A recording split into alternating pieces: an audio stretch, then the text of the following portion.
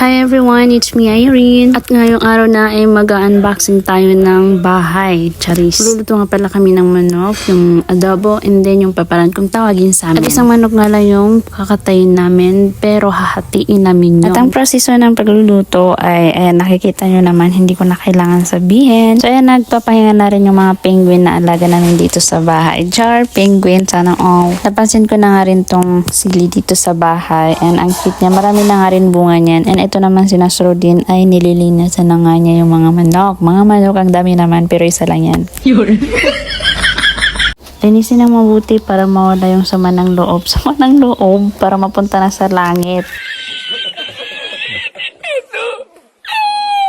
At tulad nga ng sinabi ko nung una, isa lang na manok, pero hahatiin namin yung sa gitna, yung isa adobo, yung isa naman ay piyaparan. At ang unang nakita nyo ay yun yung pang adobo. Then ito naman yung piyaparan, paparan, kung tawagin sa amin. Ito na nga yung itsura niya nung maluto na. So ayan, piyaparan ang tawag dyan sa amin. And then ito naman yung adobo.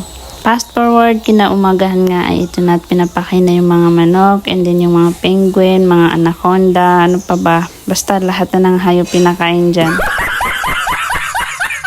Hanggang dito na lang. Bye everyone. Be humble.